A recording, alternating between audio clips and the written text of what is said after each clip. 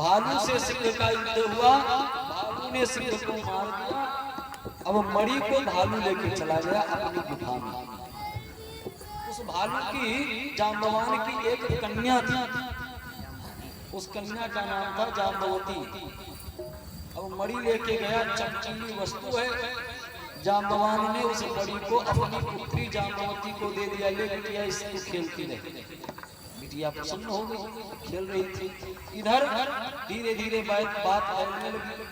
प्रसन्न होना चाहिए कि नहीं कि कौन बहिनी आई है, कौन बहिनी नहीं आई है, कि आवा है कि नहीं आवा, ये सब ना देखे कथा सुननी चाहिए। ये अमृत की वर्षा हो गई है। अगर एक बूंद भी चूक गए दोबारा नहीं मिलने वाला है।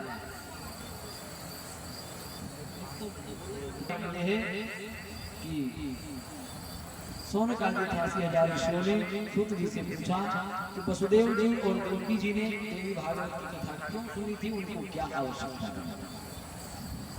सूत जी कहते हैं कि एक बार एक राजा थे सत्राजित, पहले से निर्धारित है वो उतने दिन तक के लिए ही रहे।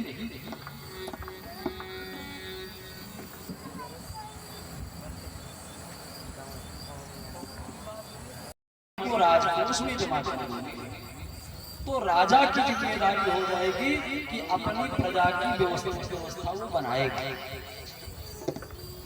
सत्राजित को बात अच्छी नहीं लगी, बोली बताओ तपस्या मैंने किया। सब खड़े हो गए अपने अपने आसन से। अरे सूर्य नारायण भगवान, सूर्य नारायण भगवान। कन्हैया ने कहा सूर्य नारायण नहीं है, ये सत्राजित है। इन्होंने सूर्य की आराधना की और सूर्य नारायण प्रसन्न होकर के इनके मणि दिए हैं, वही मणि पहन के आए। सत्राजित आया है, बात बात में कन्हैया के मुख से निकला, मैं यहाँ का राजा हूँ, आपके पास कितनी बहुमूल्य मणि है। ये मणि 60 बार मणि में विचार कि हमें भगवान की कथा सुननी है, और आपने हमें बिठा दिया।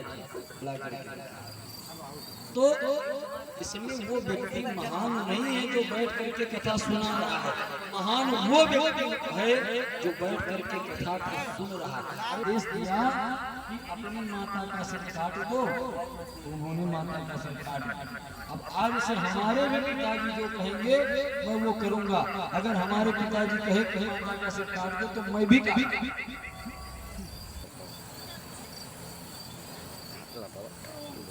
सोनक आदि 88,000 ऋषियों ने सूत जी से पूछा कि महाराज हमने सुना है कि देवी भागवत की कथा वसुदेव और देवकी जी ने सुनी। देवी भागवत की कथा वसुदेव जी और देवकी जी ने सुनी। अब उन्होंने क्यों सुना था, क्या कारण बन गया कि उनको देवी भागवत की कथा सुननी पड़ी, और अगर उन्होंने देवी भागवत सुना तो उनको लाभ क्या मिला, आप ये मुझे विस्तार से वर्णन करें। अब कथा को विस्तार से वर्णन करने के लिए, क्योंकि वो धन को मानता है कि ये धन हमारे जीवन भर काम आएगा, बहुमूल्य चीज है, तो इसकी सुरक्षा करनी चाहिए। उसी प्रकार ये भगवान की कथा है, इसको भी बड़ी सावधानी से सुनना चाहिए। अगर सावधानी से नहीं सुने, अब थोड़ी सी गड़बड़ी हुई तो लेने के देने पड़ सकते हैं। एक व्यक्ति गया कथा सुनने, कथा में सुना कि परशुराम जी महाराज अपने पिताजी की बात को मानते थे और पिताजी जो कह देते थे वो उनकी। जन्मेजय जी के मन में शंका थी कि हमारे पिताजी की मृत्यु हुई तो हमें उनके कल्याण के लिए कुछ करना चाहिए।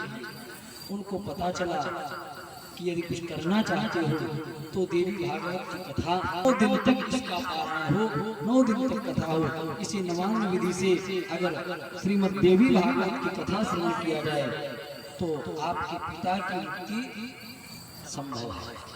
जन्मेजय जी ने सुंदर देवी भागवत की कथा का आयोजन किया। भागवत की